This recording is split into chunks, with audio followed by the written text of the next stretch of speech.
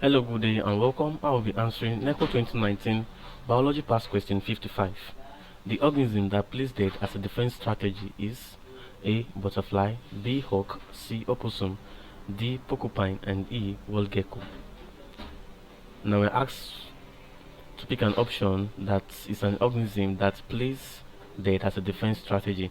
Like we know, most animals actually has its own strategy by which it defends itself against predators. Now let's look at it. Let's look at each of these options.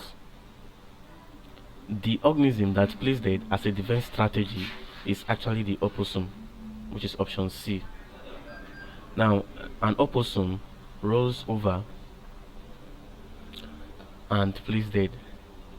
It rolls over and plays dead to escape its potential predator. And like you know, when an organism plays dead, the predators leaves the dead animal alone. Most predators do not feed on dead animals, so they leave dead animal alone. And this is the defense strategy used by the opossum. The opossum, once it approaches its predator, it rolls over and plays dead in order to escape its own potential predator. And so the predator looks at this opossum as a dead animal and then leaves it. But for the hawk actually fights back. It fights using its beak and claws. This is the defense strategy of the hawk. It falls down on its back and fights back using its beak and claws. Then for the porcupine uses its thorns as a defense mechanism. And then the wild gecko detaches parts of its body, most especially its tail.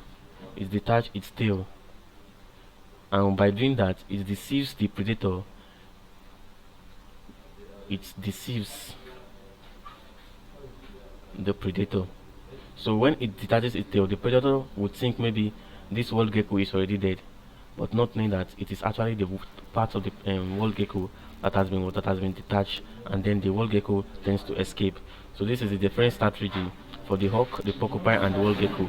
But the organism that plays dead as a defense strategy is actually opossum, which is option C.